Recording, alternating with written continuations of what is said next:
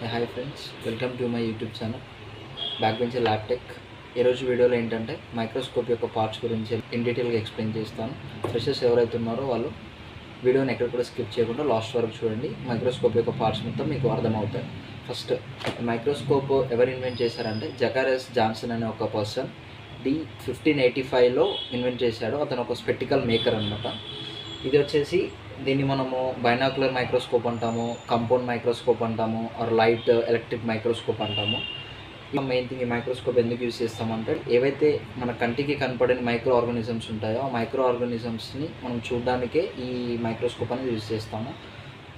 మనం ఈ డయాగ్నోస్టిక్ పర్పస్లో ఎందుకు యూజ్ చేస్తామంటే సెమన్ ఎనాలిసిస్ ఒకటి, స్పుటమ్ ఎనాలిసిస్ ఒకటి, నెక్స్ట్ పోతే యూరిన్ ఎనాలిసిస్ ఒకటి. ఎందుకు సెమన్ ఎనాలిసిస్లో ఎందుకు యూజ్ చేస్తామంటే సెమన్లో స్పెమ్ మోటిలిటీ ఎలా ఉంది, దాని హెడ్ ఎలా ఉంది, టెయిల్ ఎలా ఉంది, నెక్స్ట్ పోతే యూరిన్లో అయితే పస్ సెల్స్ ఏమైనా ఉన్నాయా, రెడ్ బ్లడ్ సెల్స్ ఏమైనా ఉన్నాయా, వైట్ బ్లడ్ సెల్స్ ఏమైనా ఉన్నాయా అనేది ఐడెంటిఫై చేయడం కోసమే మనం ఈ మైక్రోస్కోప్ అనేది యూజ్ చేస్తాం.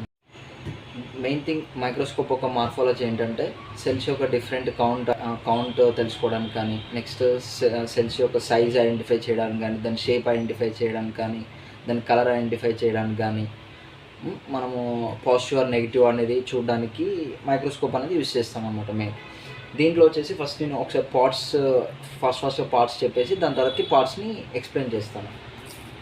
ఇక్కడ కనిపిస్తుంది కదా, దీన్ని వచ్చేసి మనము ఐపీస్ అంటాం. నెక్స్ట్ దీన్ని వచ్చేసి హెడ్ అంటాం. నెక్స్ట్ ఇది ఉంది కదా, దీన్ని వచ్చేసి ఆర్మ్ అంటాం. ఒకసారి మీరు బుక్లో రాసుకున్న పర్లేదు, లేదంటే ఒకసారి క్లారిటీగా అర్థం అవ్వాలంటే మళ్ళీ వీడియోని రిపీట్ చేసి చూడండి.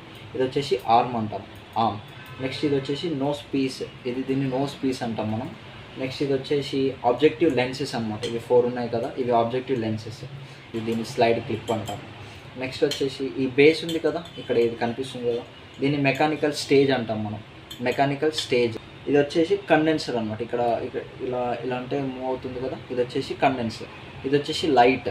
ఇది వచ్చేసి మైక్రోస్కోప్ యొక్క మెయిన్ బేస్ అనమాట.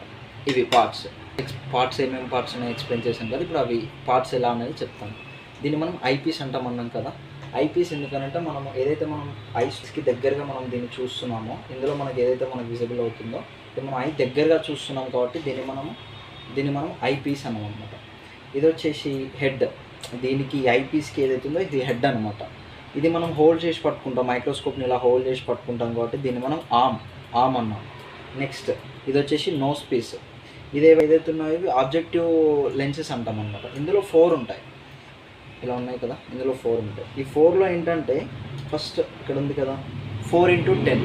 4x10 అంటే ఏంటంటే 4x10 ఎంత 40 కదా. ఏదైనా ఒక ఆబ్జెక్టివ్ అనేది 40 టైమ్స్ బిగ్గర్గా కనిపిస్తుంది అనమాట మనకి. ఇది 10x10. 10x10 అంటే 100 అనమాట. ఇది ఏదైతే ఉందో మనము 100 టైమ్స్ మనకి పెద్దగా కనిపిస్తుంది అనమాట. నెక్స్ట్ ఇది 40x10. 40x10 అంటే 400 టైమ్స్ ఎక్స్ట్రా కనిపిస్తుంది అనమాట. లాస్ట్ వన్ వచ్చేసి 100x10. 100x10 అంటే 1000 టైమ్స్ అనమాట. మనం ఆయిల్ ఇమ్మర్షన్ అని కూడా అంటాం, ఆయిల్ ఇమ్మర్షన్ లెన్స్ అని కూడా అంటాము. ఇది 100x10 అనమాట. నెక్స్ట్ దీనికి కింద ఉంది కదా, ఇది వచ్చేసి దీన్ని మనం ఏమంటామంటే మెకానికల్ స్టేజ్ అంటాం అనమాట. ఇది వచ్చేసి మనం స్లైడ్ హోల్డ్ చేసి పట్టుకుంటుంది కదా, స్లైడ్ క్లిప్స్ అనమాట. స్లైడ్ ఏదైతే ఇక్కడ హోల్డ్ చేసి పట్టుకుంటుందో దాన్ని మనం స్లైడ్ క్లిప్స్ అంటాము. ఇలా స్లైడ్ క్లిప్స్ ఉంటాయి. నెక్స్ట్ ఈ స్లైడ్ కింద మెకానికల్ స్టేజ్ అనమాట. ఇక్కడ ఉన్నాయి కదా ఫస్ట్ ఇక్కడ ఉంది కదా, ఇవి 2 ఉన్నాయి కదా.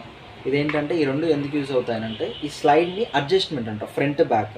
ఇది పైది రొటేట్ చేస్తే ఫ్రంట్కి బ్యాక్కి మూవ్ అవుతుంది, చూసారు కదా, ఫ్రంట్కి బ్యాక్. ఈ కిందిది మూవ్ చేస్తే అటు ఇటు కనిపిస్తుందా, ఆ సైడ్ ఈ సైడ్.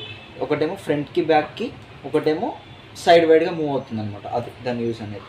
నెక్స్ట్ ఇక్కడ బ్యాక్ ఇది ఉంది కదా, ఇదేంటంటే ఇది ఏదైతే మెకానికల్ స్టేజ్ అని చెప్పామో ఈ mechanical stage up and down అనమాట. ఇది అప్ అండ్ డౌన్ యూజ్ అవుతుంది. ఇది ఎక్కడైతే ఇది రొటేట్ చేస్తామో ఇది బిగ్ ఉంది కదా, ఇది అప్ అండ్ డౌన్ అనమాట. ఇది దీని పక్కన ఇంకోటి చిన్నది ఉంది కదా, ఇది కొంచెం మైన్యూట్ అనమాట. ఇదే బట్ ఏంటంటే చాలా మైన్యూట్గా కొంచెం దగ్గరగా చూడాలి, జస్ట్ పాయింట్స్లో చేంజ్ చేసుకోవాలనుకున్నప్పుడు ఇది యూజ్ చేస్తాం అనమాట. ఇదేమో దీన్ని మనం ఏమంటామంటే కోర్ అడ్జస్ట్మెంట్ అంటాం. దీన్ని మనం కోర్ అడ్జస్ట్మెంట్ అంటాం. ఇది వచ్చేసి స్లైడ్ అడ్జస్ట్మెంట్ అంటాం. మనం ఏదైతే ఇక్కడ స్లైడ్ స్టేజ్ అడ్జస్ట్మెంట్, ఫ్రంటా బ్యాకా అటు ఇటు అనేది స్లైడ్ అడ్జస్ట్మెంట్. ఇది కోర్ అడ్జస్ట్మెంట్, ఇది స్లైడ్ అడ్జస్ట్మెంట్ అంటాము. నెక్స్ట్ ఏంటంటే ఇక్కడ చూస్తే కండెన్సర్ ఇక్కడ ఇలా ఉంది కదా, ఇది ఉంది కదా, ఇక్కడ మూవ్ అవుతుంది కదా, ఇది వచ్చేసి కండెన్సర్ అంట. ఇక్కడ లైట్ ఉంది, ఇది మనం ఒకసారి నేను ఆన్ చేసి చూపిస్తాను.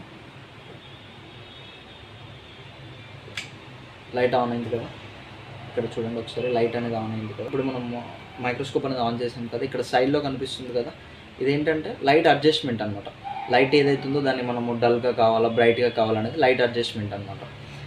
ఇక్కడ ఈ కండెన్సర్ ఇది గుర్తుపెట్టుకోండి. ఇక్కడ ఏదైతే కండెన్సర్ ఉందో ఈ కండెన్సర్ ఎందుకు యూజ్ అవుతుందని అంటే ఇక్కడ కింద ఏదైతే లైట్ ఎమిట్ అవుతుందో ఈ లైట్ అనేది ఎగ్జాక్ట్గా స్లైడ్ పైన ఫోకస్ అవ్వడానికి, అంటే ఇప్పుడు లైట్ అనేది ఇలా డిస్పాచ్ అవుతుంది కదా, ఈ కండెన్సర్ ఏం చేస్తుందంటే ఇక్కడ ఉన్న కండెన్సర్ ఏం చేస్తుందంటే లైట్ ఏదైతుందో ఎగ్జాక్ట్గా ఒక పాయింట్ దగ్గర హిట్ అయ్యేలాగా, అంటే ఇక్కడ పైన స్లైడ్ ఉంది కదా, ఈ స్లైడ్ మీద ఎగ్జాక్ట్గా ఫోకస్ అయ్యేలాగా ఈ కండెన్సర్ అనేది యూజ్ అవుతుంది అనమాట.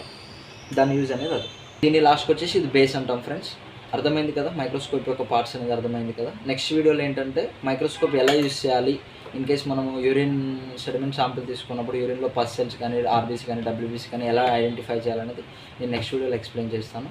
ఓకే ఫ్రెండ్స్, ఈ వీడియో కనుక మీకు నచ్చినట్టయితే లైక్ చేయండి, షేర్ చేయండి, సబ్స్క్రైబ్ చేయండి. నచ్చకపోతే లైక్ తీసుకోండి. ఓకేనా?